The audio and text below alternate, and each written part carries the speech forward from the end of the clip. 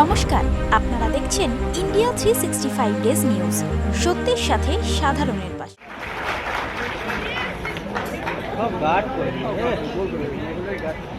কুণাল ঘোষকে আমাদের অনেক অনেক ধন্যবাদ, তার ব্যস্ত সময়ের মধ্যে এখানে আমাদের মধ্যে আসতে পেরেছে বলে।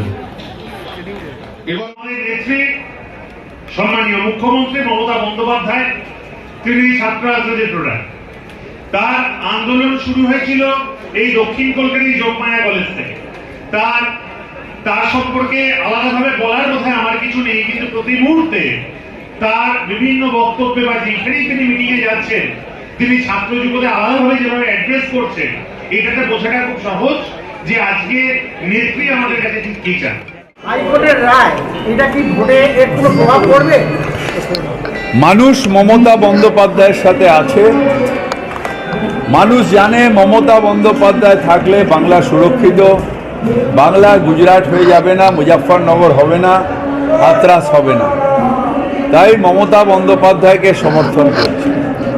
আর একটা আইন, আমি আইনের বেসিক প্রিন্সিপাল হচ্ছে 100টা অপরাধী ছাড়া পেয়ে যাক, একটা নিরপরাধীও যেন শাস্তি না হয়।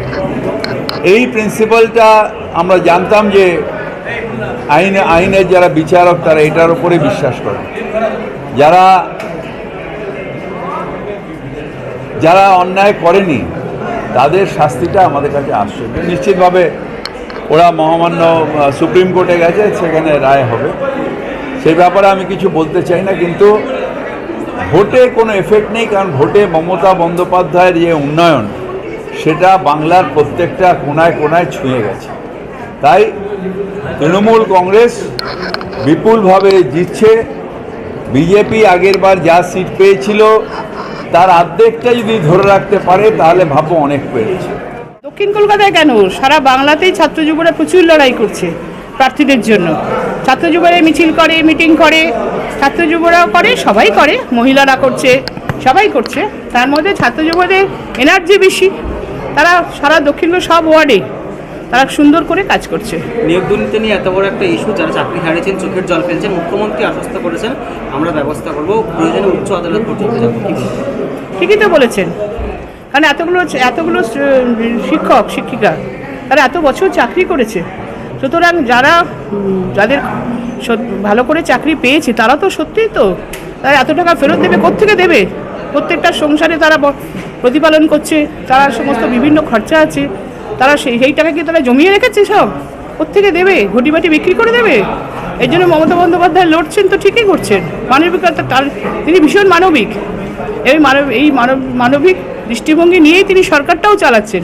সুতরাং এদের পাশে থাকবেন, এটা আশা করাই তো যায়। ক্যান্ডিডেট হয়েছে, প্রমাণ হয়ে গেল বিহারের ছাত্র যুব যারা আছে তারা একটা বড় প্রোগ্রাম করতে হবে, সেটাকে প্রমাণ করে দিল। অনেক দিন পর ছাত্র যুব সম্মেলন হলো। আমি যেহেতু ছাত্র পরিষদ করা ছেলে, আমার সৌভাগ্য হয়েছিল মমতা ব্যানার্জি যখন যুব কংগ্রেসের প্রেসিডেন্ট ছিল, বিহারের টাউন যুব কংগ্রেসের আমি প্রেসিডেন্ট ছিল।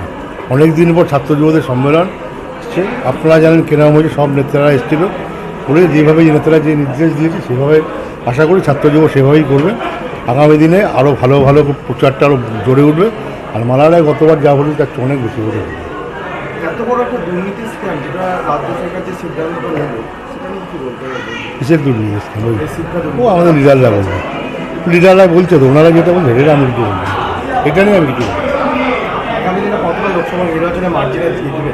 আচ্ছা, আমি জ্যোতিষী না বলতে হবে, যা হওয়া তাহলে গত বছর তো অনেক ভালো রেজাল্ট হবে, এটা হওয়া দরকার আছে।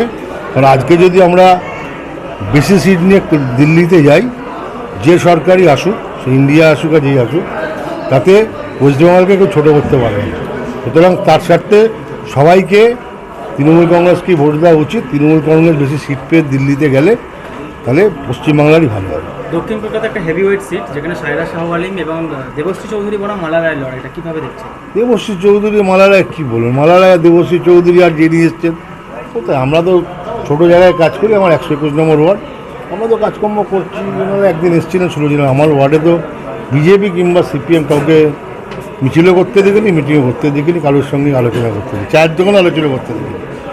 আমরা কাজ করেছি, মমতা ব্যানার্জি কাজ করেছে। আর যেটা বললেন ওই কুণাল ঘোষ যেটা বললো ওটাই কথা, 500 টাকা আমরা গ্যাসের দাম বাড়িয়েছে মোদি, আমরা 500 টাকা লক্ষ্মী ভাণ্ডার বাড়িয়েছি। আমি খুব বেশ লেভেলেই কাজ করি, মানুষের সঙ্গে থেকে কাজ করি।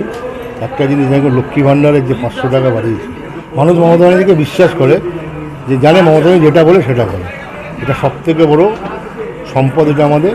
আর মোদি তো 2 কোটি লোকের বছরের চাকরি দেবে, কী হলে কিনবে, তো কোনো অসুবিধা নেই। দাদা, দক্ষিণ কলকাতা মালা রায়ের পর সেখানে দেবশ্রী চৌধুরী রায়গঞ্জ থেকে দক্ষিণ কলকাতা, আদৌ তিনি এখনও দক্ষিণ কলকাতার অলিগলি চেনেন না, সেভাবে কীভাবে তিনি ভোট করেছেন? সেটা বিজেপির ক্যান্ডিডেটদের দেখাবে, আমরা আমাদের মতন করে করছি।